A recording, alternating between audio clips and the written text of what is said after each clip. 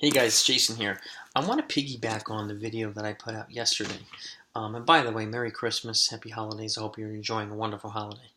Um, Yesterday I put out a video talking about the Mets bringing in Dellin Betances, and if you don't know, they brought him in on a 1-year deal, but with two options. So it's a deal for 2020, but he also has a player option for 2021 and a vesting player option for 2022. But he does have the ability to opt out, obviously, after 2020 and get back on the market, depending on how well he comes back from his Achilles injury. So we'll see. I mean, in probably best case scenario, he pitches 35 to 40 games. He comes back some point in time, early summer. Hopefully he's healthy. So, but either way, it was a good move, I think, for the Mets.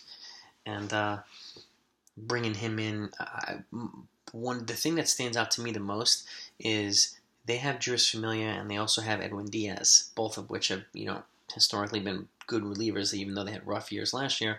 But bringing in Dellin Betances, I think he's going to complement them, and I think those guys are going to get better just with Betances in the fold. So the Mets have a potential of having what I call a three-headed monster. There are a couple of teams that have those types of bullpens, and I think the Yankees are one of them. But the Mets, by bringing in Betances, and I think they had their eye on him for a while, and it was a good move that brought him in. Like I said, I think bringing him in, really deepening that bullpen, take the load off the starting rotation, and the other moves that they've made by bringing in Michael Wacha and Rick Porcello to deepen the back end of the rotation so that they can take those 4 and 5 guys or 5 and 6 guys, maybe put them in long relief or add them to the bullpen as well. They've really given their rotation and bullpen, just their pitching overall, a lot of flexibility and options now.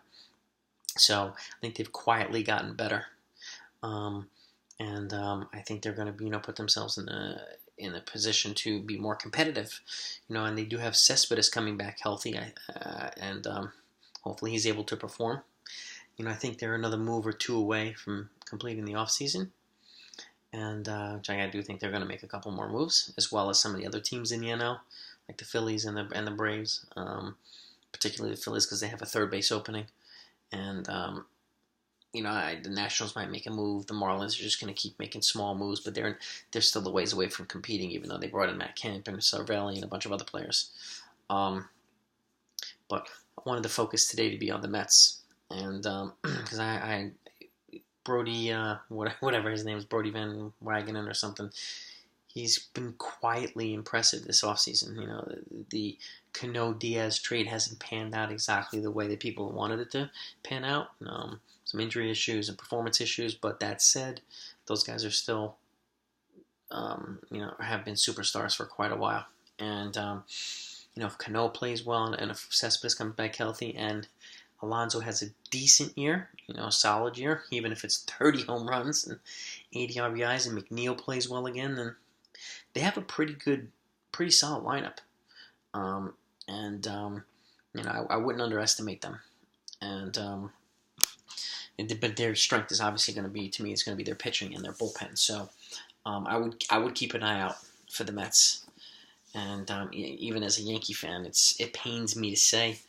They've taken Betances, but I think they've quietly done a good job. I mean, they haven't been sexy moves, even though the Betances is, I think, a significant move, or will turn out to be a significant move.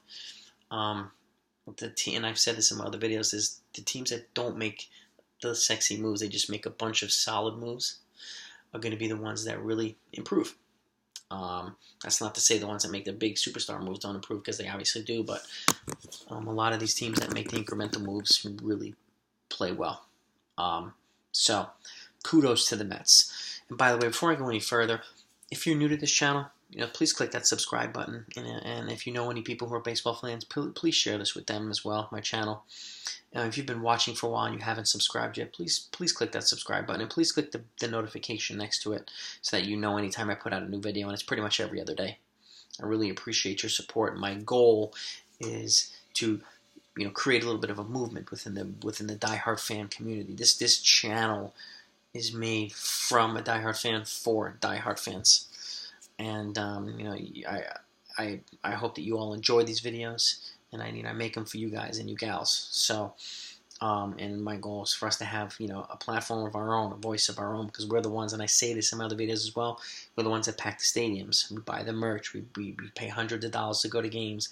We order the subscriptions. So, we watch the analysts and the experts online and the MLB Hot Stove and all this and that, but, we also put on our GM hats all the time. So, and it's nice to be able to have a dialogue with each other. And I do encourage it in the comment sections, and I reply to all comments as well. And I do accommodate requests. So if there's any specific type of video you'd like for me to do, put it in the comments down below, and I'll be happy to accommodate you. But that said, I hope you enjoy these videos. I wanted to keep the focus on Betances and the Mets today. Keep an eye out for them. I think they're going to fly under the radar, but I think they're going to be better, potentially significantly better than they were last year. And so kudos to them. And keep an eye out for my next video. I want to go over break down the Chicago White Sox specifically, because if you have not heard, they agreed to sign Edwin Encarnacion tonight. They added him into the fold for a one-year deal with an option for 2021. That's significant as well because they've made several solid moves. So that's going to be my next video. So keep an eye out for that one as well. And that'll be in a day or two. So I hope you enjoy this. Again, please click that subscribe button and please click that like button, and please share this with as many people as you know that you think might enjoy this. All right. Hope you're all having a great holiday. Thank you all so much. I'll talk to you next time.